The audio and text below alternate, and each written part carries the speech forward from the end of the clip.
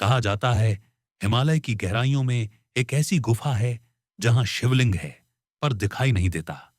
सदियों से साधक वहां जाते रहे, पर जिसने भी उस शिवलिंग के दर्शन करने की जिद की वह लौटकर कभी वैसा नहीं रहा। कहानी शुरू होती है एक युवा तपस्वी सौम्य केतु से। वह भगवान शिव का परम भक्त था।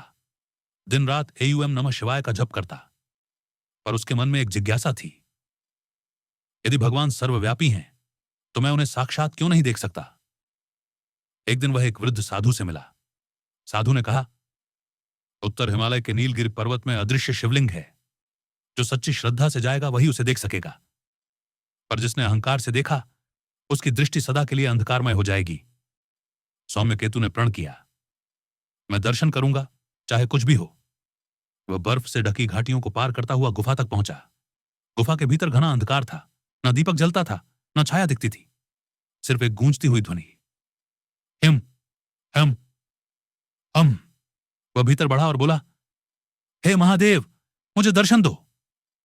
क्षण भर में गुफा कांप उठी, हवा थम गई। उसके सामने जलती लौ की तरह एक प्रकाश स्तंभ प्रकट हुआ, पर वह स्थिर नहीं था। वह ऊपर नीचे हर दिशा में फैलने लगा। सौम्य केतु ने आंखें खोली। वह देखना चाहता था कि वह शिवलिंग कैसा है, और उसी पल वह अंधा हो गया।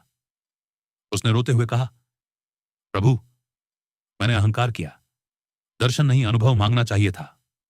गुफा में गूंजा एक मधुर स्वर, जो मुझे आंखों से देखना चाहता है वह माया देखता है। जो मुझे हृदय से महसूस करता है वही सच्चे रूप का दर्शन करता है। तभी सौम्य केतु के भीतर शांति उतर आई। उसने कहा, अब मैं देख नहीं सकता, पर मुझे आप हर श्वास में अनुभव होते हैं। और तभी अदृश्य शिवलिंग से एक दिव्य ज्योति निकली।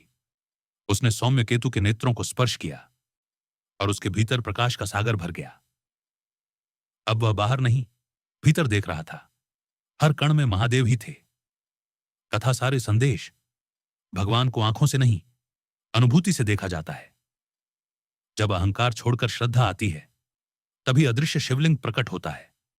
महादेव बाहर नहीं, हमारे भीतर हैं।